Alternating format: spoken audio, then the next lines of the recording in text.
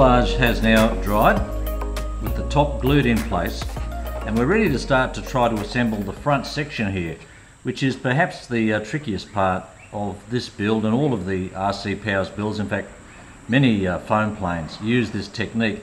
These long fingers, they're all going to just close up like this. We'll glue them in place and eventually they will form a point. And that can be a bit of a struggle the first time you do it. Indeed, it's always a bit of a challenge, but we love a challenge. So let's get on with that now. There's a couple of things I'll point out to you about this. Firstly, when you're doing this process, I find it's useful to get a couple of them done at the start. That is, those upper and lower sections of the nose. Then once I've got those two, the top and bottom ones in place, I join the side ones, like so. And then I bring the whole thing together. So that's my technique, and it seems to work pretty well.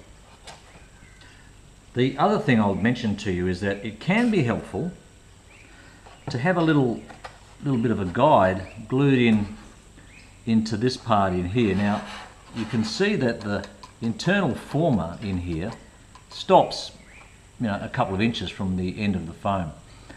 And there isn't anything else in there to help you shape the nose. Now, it works perfectly well without that, because you have to bring down the top section and then you can shape like that. But I just find it's helpful to have a little extra guide. And I've discovered that the way that works for me is to just take a 45-degree angle on a piece of plastic guide like that, and cut yourself a 45-degree wedge. Doesn't need to be super accurate, just knock it out as quick as you like.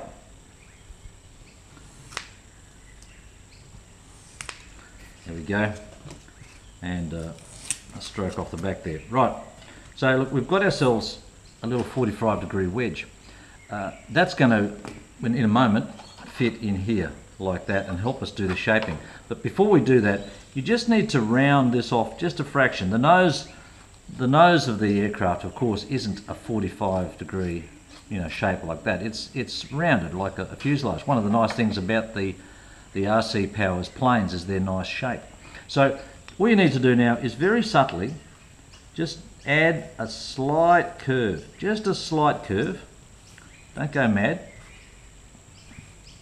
Just to help present that attractive nose shape.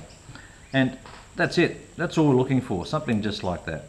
And then what I do, and it's hard to capture all this on film, but because it's a confined workspace, but I pop it in there like that, gently bring up the two pieces, and then squeeze them together. And I'm hoping that you can see that that provides just a bit of a former, a shape, to help you get those upper and lower sections of the nose joined up. And that's what I'm going to do with a bit of glue. That's the dry run. It seems to work okay. And we'll do that and see how it comes up. Sometimes when you're gluing parts of the plane, it's easier to place a little bit of glue on your fingertip, because you can then get to places that are a bit awkward with the tube of glue and you smearing the glue at the same time. So I've applied that to the inner surfaces of these upper and lower sections of the nose, and I've already popped a little bit of glue on the edges of this little shape, and I'm going to pop that in now. You need to sit it back from the point. Remember, if you put it right to the point, there's not enough room to close the foam properly. And this will take a little bit of finessing. Don't worry if it's a nuisance. We're just going to move it around until we get more or less the shape we're after. And remember, it doesn't have to fit perfectly. It's just to help a little in the shape of this thing. There we go. That's good enough for me. It doesn't need to be absolutely precise, but it is a useful thing to provide something to go on with the rest of the forming of the nose. Before we go ahead now and close off this top section, there's one small thing to remember. We have to apply glue along the top of the centre former in this section in here. So don't forget that, because that'll help keep the nose nice and strong. You could probably use the nozzle of your glue, or once again your fingertip, just to get some glue in there. I'm going to use my finger again just to smear some glue on the underside. You don't have to always apply glue to both surfaces. It just makes for a better adhesion, particularly once the glue goes off a little bit, as I've shown you. Just let it air for a while and then give it a couple of presses together, and you'll get a better outcome. So we'll just let that set up now, and once we're ready, we'll close that together and use a little bit of masking tape just to hold it in place. While you're gluing this together, just try to make sure that the points meet perfectly vertical to each other. That'll make sure you get the front of the plane nice and straight. If that's out of shape, it's hard to get the nose to be straight, and that in effect can cause other distortions in the fuselage. So nice and straight vertically. Once you're happy with it, just have a little bit of tape already ready and gently tape it up. As I said, the next thing to do is to push the side sections together like this. Remember, when we glue this, we're trying to make a nose shape, not a flat-sided wedge. So when you push these together, we're trying to achieve a slight rounding of that foam. You know, we're trying to get that sort of shape going on, if you can visualize what my hand's doing, something like that. So when you push them together, you're trying to actually marry up the inside edges. And if you find that that's hard, sometimes it might be helpful just to run the back of your blade along that point, that edge, just to flatten it out, pressing a little harder than that. I'm just showing you the technique. I find it's not necessary. I have tried it. It just helps a little. If you're finding you can't get them to stick properly, try that. So I'm going to put some glue in there now, and there's no reason I can't go ahead and tape these together while that center section there is still going off and making sure it's a nice tight center. So let's get some glue started now. You might find it hard to get the glue right back up into this little crevice in here. Just cut yourself a small wedge of foam and smear it in, remembering to favour the inside edge with the glue so that it really does set up nicely. There we go, that's great. And it won't do any harm at all to let this go off a little bit in the air. So give this a good 20 or 30 seconds just to really become tacky, and that'll help to glue it together. When you are ready to put it together, make sure you've got a few bits of tape already torn off, just ready at the right length, sticking on the side of your table, so you can just stick them on. So let's start pushing these sides together, remembering we're trying to form a gentle curve. If it does come out flat, don't worry about it. No one's going to be criticising you. It's just that it does make for a more pleasing look. Wrap some tape around, keep the nose pressed together, the two sides, and maybe you can see that I have achieved that sort of curved shape. That's what I'm after. Just give that a little emphasis. And the same on the other side.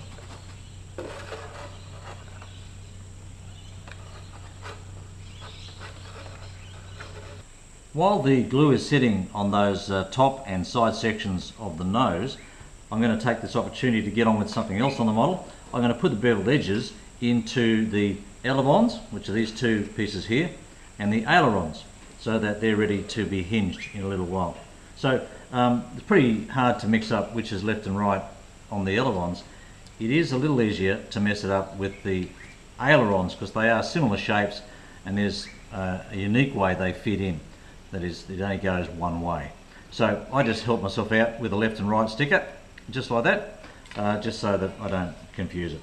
The technique is exactly the same as I illustrated earlier. This is the front of the aileron. I'm going to run a steel rule down the side here, like so. Nice sharp blade, angled in the two directions that I need. There we go. And Try to do it in a single cut. If you don't, that's alright. Just have a break halfway, restart. So that one looks pretty good. And the same on the left hand side. If you are relatively new to this, you might want to practice the technique on a bit of scrap just before you go and cut the main piece, just so you don't have any disappointments. So that's done. On the elevons, we're going to put the hinge along these sections here. So this is the only part. This is the only part of the model here that, of the elevon that needs a hinge. Because we're going to be cutting a hinge underneath, just to help yourself out, just place your blade there and just run a little 45 degree, just a gentle notch, because that piece of foam there is going to cut out at 45 degrees. So, same technique, steel edge.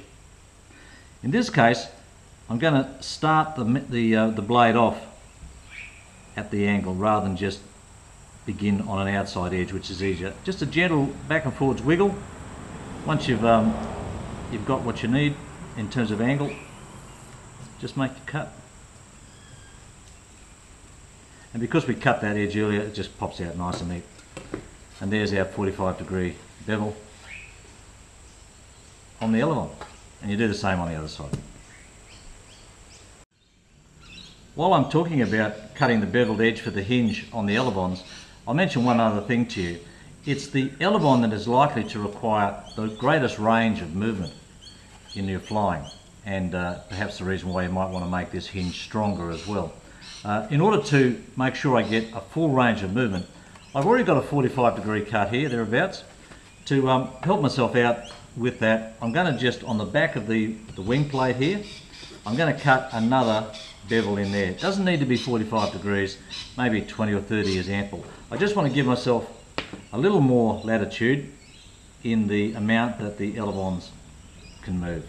So, same technique, less of an angle this time, cut my bevel, and that way with the combination of those two beveled edges is going to give me a really extreme deflection. I won't need that much, but it's there just in case. I'm still waiting for the nose parts of the fuselage to stick together nicely, so I'm continuing on with some other activities, in this case some hinging. This is the main wing plate, and the spar is well and truly dried in, rock solid with that epoxy glue. It's up to you which way you decide is up or down. I always have the epoxy spar showing on the bottom. That's just a personal preference, because it can sometimes be a little unsightly. So I'm going to be working with the fuse plate like this. The wing plate like this, and this is the edge that I'm just going to put the hinges on. Now, it's always easier to put the hinges on for the ailerons and for the elevons while the wing plate is sitting flat on the table workspace like that. So that's what I'm going to get on with now.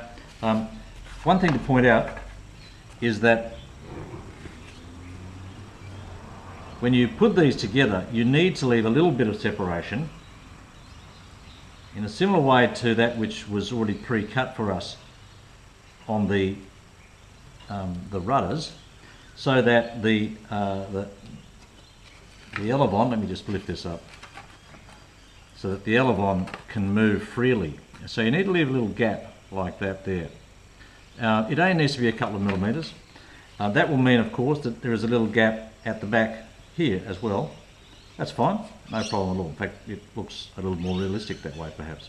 So the same technique applies that I discussed earlier. In this case, I'm going to place the dry wall mesh on the main wing plate first, and I'm using the full width of the roll in this case. You can cut this into two parts and glue them on in two separate pieces. I just find it's quicker and easier to do it as a one-er and then trim the excess off, and it also helps to keep things lined up. So I've got it roughly in place. I'm butting the two edges of the hinge together. I'm leaving myself a couple of millimeters on the outside there for the elevon to swing freely, sticking that down, doing the same over here, nicely pressed against the back of the wing plate, and that's down. I won't show the rest of the technique on video because you've seen it, but I'm just going to use my foam tack, smear this over, give it a squidgy with a spare piece of foam, and then come back and cut out this little excess piece in here. And that'll be the two elevons hinged up, ready for the next step in the build process.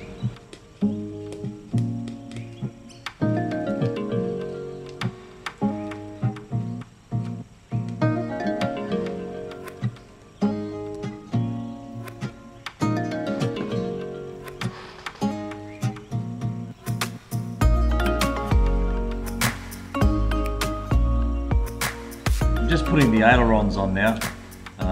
This is where the right and left stickers came in handy, but I don't need those anymore. Remove those so they don't get caught up in the mesh. Just like on the other control surfaces, we just need to make sure we leave a little gap in here. Again, a couple of millimeters is fine, just to ensure that the aileron swings freely. My usual technique here, I apply it to one side, that is the drywall fiberglass mesh. And you might notice I'm only using a half width. I think that's ample for the ailerons. It's really only just making the thing look neater in my view, but again, it really doesn't matter. Same technique, we force the beveled edge right up against the main part of the wing. Check that we've got our little gap here, and then we can just press it down nice and tight. And then we'll apply our foam tack glue or some other glue, and that job is done as well.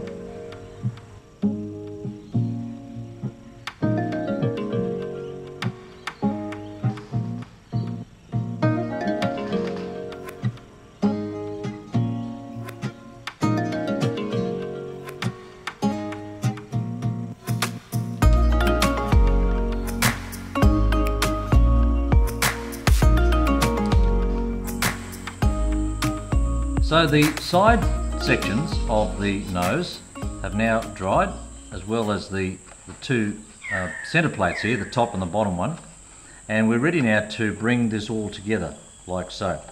Do a little dry fit of this, just practice the move so you get an idea of how it's going to come together. You are going to just, push up, down, depends on how yours is shaped up, just to get it to come together down here like so. And there's a little bit of give in the foam which will help you with this, and that'll give you a chance to work out which surfaces are going to take the glue best. Remember, we're going to need to just press down a little up towards the back here like that, and that's telling me, just looking at that, that most of the time the glue is going to be going flat surface to flat surface along here on both sides. So that should give me a nice strong adhesion. And we'll just put the glue on all four gaps. Make sure it's nice and straight, pulling it together, and then take a few moments to tape it all up nice and strong, and we'll let that dry properly. So don't rush this part. If you want, you can use a different glue here. You could use hot glue. I know people have done that. I've tried it. That works fine also. This is just my technique, and I'll show you how I use it now.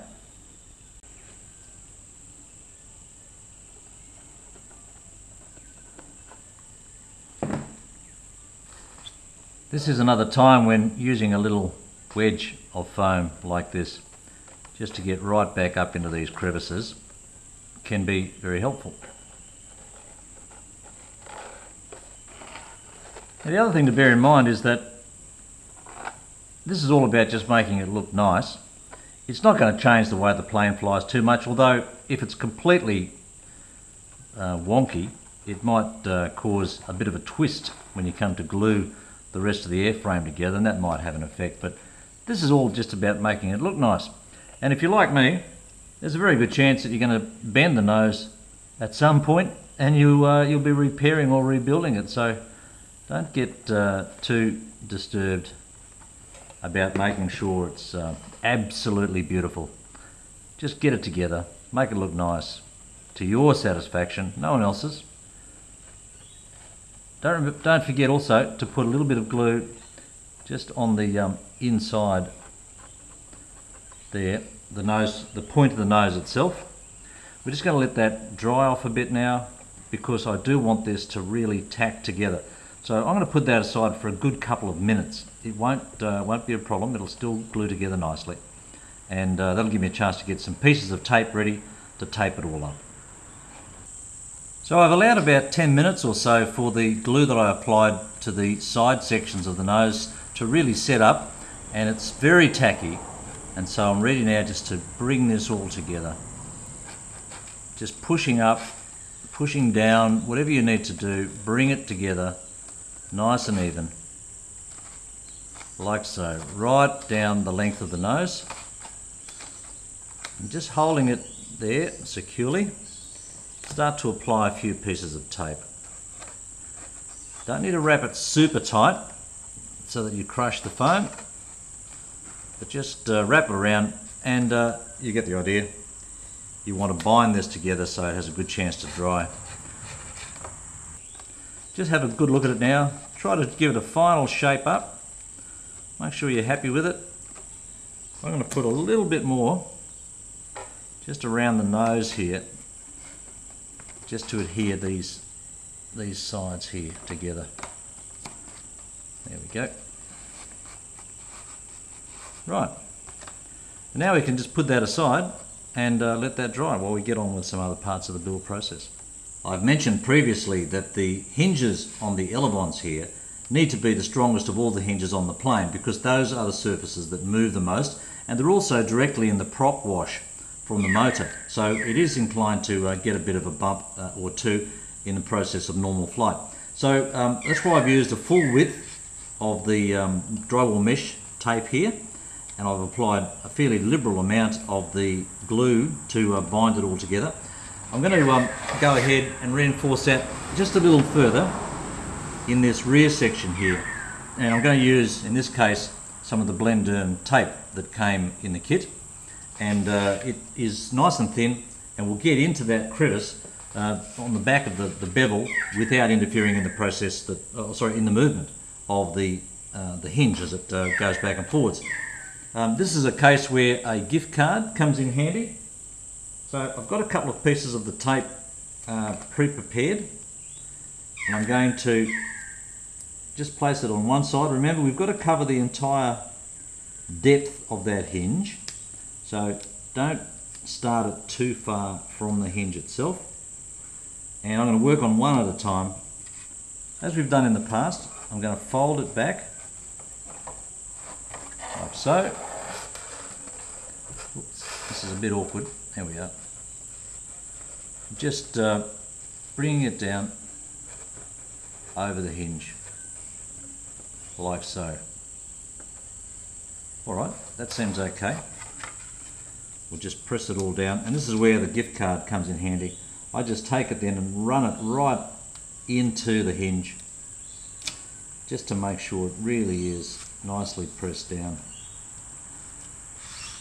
And there you've got a really strong hinge. It's secured on one side with fiberglass mesh and secured on this side with a quite tough tape. So that should give me a nice strong elevon. And I'll do the same on the other side. While we're waiting for the nose section to dry and become nice and solid, I'm going to get on with something else. In this case, I've decided to do a bit of work on the engine nacelles, the intakes. We reinforced these earlier with our drywall mesh, and we scored those, of course. We can break these now, and straight away I can feel just how strong that is with that mesh on the inside. What I'm going to do, and I'll do it to both pieces, is this section here will become the bottom of the engine nacelle, and this is what's going to take all the rough treatment when you land this plane. So I always put a bit of extreme tape on there. You can put a whole bunch of different types.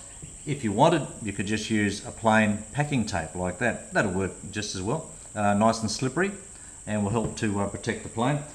I just go the extra step with the thicker extreme tape here. This is a Gorilla brand. There are others that you could use. And you could also, if you were super keen, put drywall mesh on there. It's going to be a bit more catchy to the grass. But so for me, the answer is the this tape here. I just stick a section on there, slice through, and then fold it so that I end up with a bit of protection on the base and maybe a little on the edges as well, which doesn't hurt. Okay, I'll get on with that.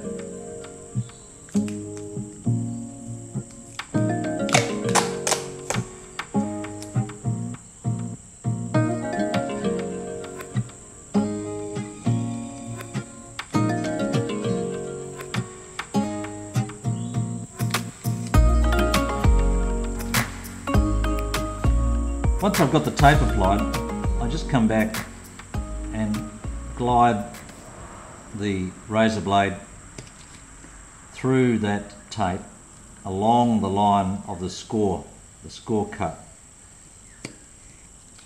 And while I'm at it, I just also trim off any excess.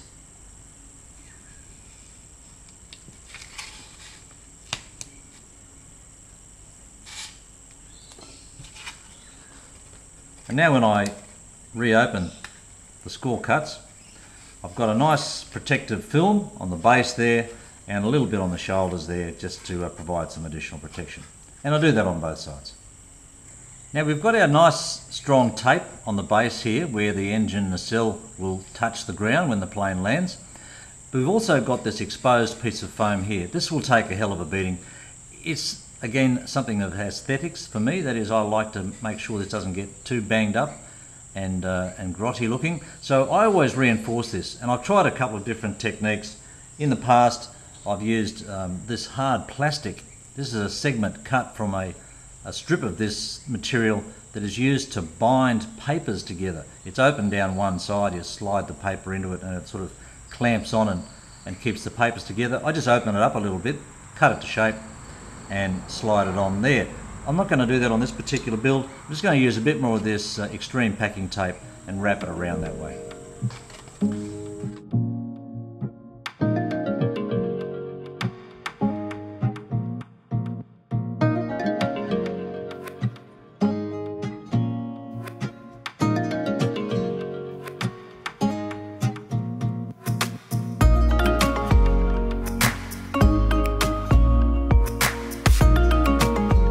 You just need to remember to once again make that little cut along the score line so that we can open it up. There we go. But that's a lot stronger now, and you could even do a second layer of that if you were inclined, but I'm happy with that.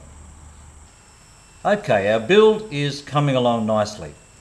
We're up to the stage now where we need to attach to our main wing plate the KF2 steps. These are these plates that glue on top of the wing plate to help shape the wing and to provide an airfoil effect here from this section that we've scored earlier and shortly will bend down.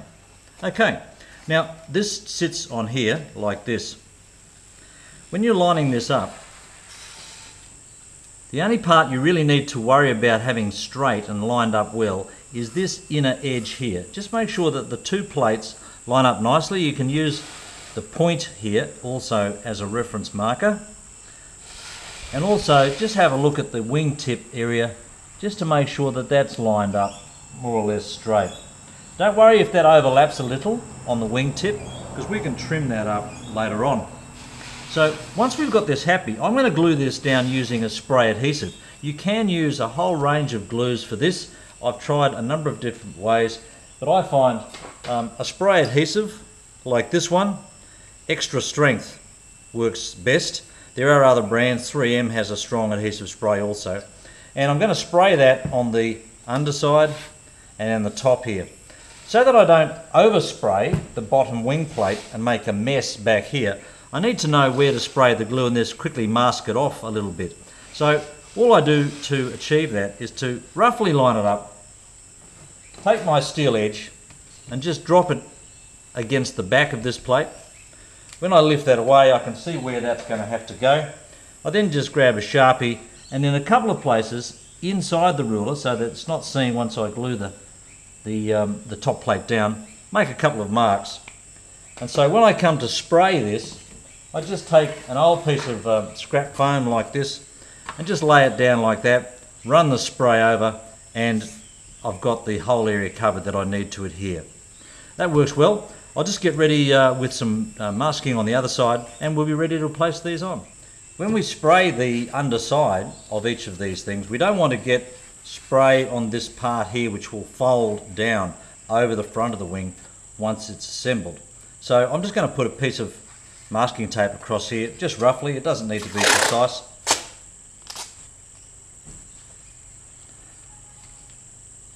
Just like that, to protect this while I spray this face here.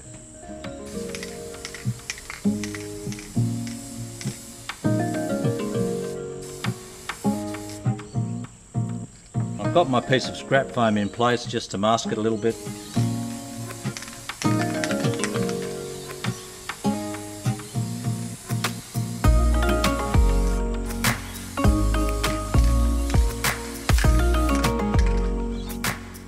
Alright, I've got my spray on glue on both sides. This is a one-shot chance here. You've got to do this right first time. So take your time. The glue isn't going to go off. In fact, a little bit longer it does have in the open air will make it even stronger. Remembering that we're trying to line up the point at the front and that edge, that inner edge in here. Get that started. Double check your wingtip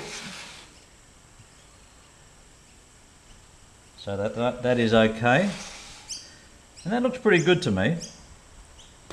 And then just give it a good firm press down. Now you'll find that that is extremely strong. I have never had one of these separate. Even when I've crashed these things very hard, that spray on glue just works a treat. So there we go, and we'll do the same on the other side. Alright, we've got both of our upper plates attached to the wing plate now, and that's good. We've got a nice straight edge here because that's going to mount against the side of the fuselage, and that looks terrific. We'll shape this later on in the process. With other parts of the aeroplane drying, I'm now going to go ahead and put together the motor assembly. I find if you're working on a sub-assembly like this, it's useful just to knock up a little simple box. I've made this out of some scrap foam that I can keep all the small parts in. If you lose little items such as these tiny little screws here on a busy workbench, it can be hard to track them down again, and this is a cheap and simple way just to keep things nicely organised. So we're going to go on with the motor now. This is the Turnigy 2826 that comes in the kit, 2200 kV, which will be great for this aeroplane. And we're going to mount that onto this base. What we need to do first is mount this little X-shaped piece of metal onto the back of the motor. That's going to screw onto our plywood disc that we use as the motor mount.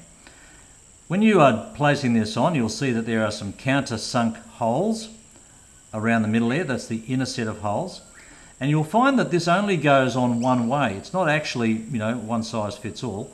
You've got to align it properly so that you get the right set of holes lined up. Don't screw down one of the holes and then suddenly realise that you've got it out of line. Now the thing that I always do is use a little bit of Loctite in these holes, and the way that I use it is I just put a few drops onto a sheet of metal foil like that. You will find that this stuff eats holes in Depron foam, by the way, so don't go splashing it around. And I just use then a toothpick, pick up a little, and just put a drop into the threads on each of the holes.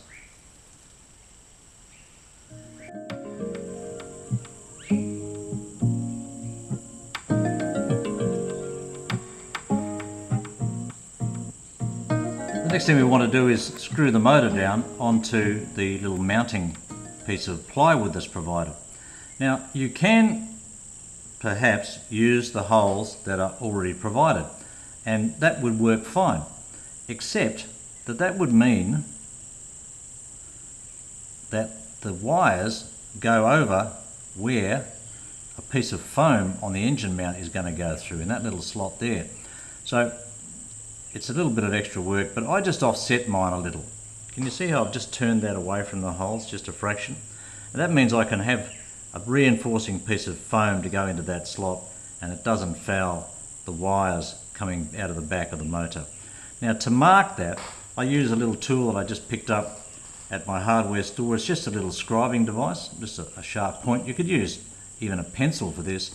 And all I do is just place the motor down, just eyeball it, square it up, and holding the motor down nice and tight, I just press down a couple of little puncture marks, like so, because I'm going to drill those holes out. Now, again, you don't have to drill the holes.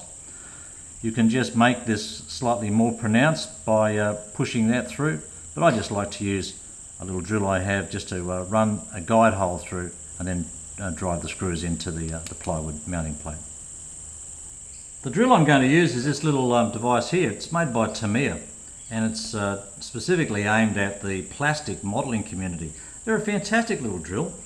They are so useful. I use it time and time again for little jobs, drilling out the control horns on servos or on elevators or any other part of the aeroplane. Or just making a little hole in a piece of ply like this. We're ready to put some screws through the mount for our motor onto the plywood mounting plate, and the screws we use are the ones that come with the servos. Whenever you buy a servo, it doesn't matter what brand, you'll usually get a little packet of goodies which include some control horns and so on, some spare screws, and it's this size here, these little babies here that you use. Now over time I've found that I've started to collect a whole bunch of those. So get yourself a little organiser like that and start gathering up the screws that come with the kits, so you can have a collection of screws that will do the job for you. So I'm going to use a couple out of my existing pile.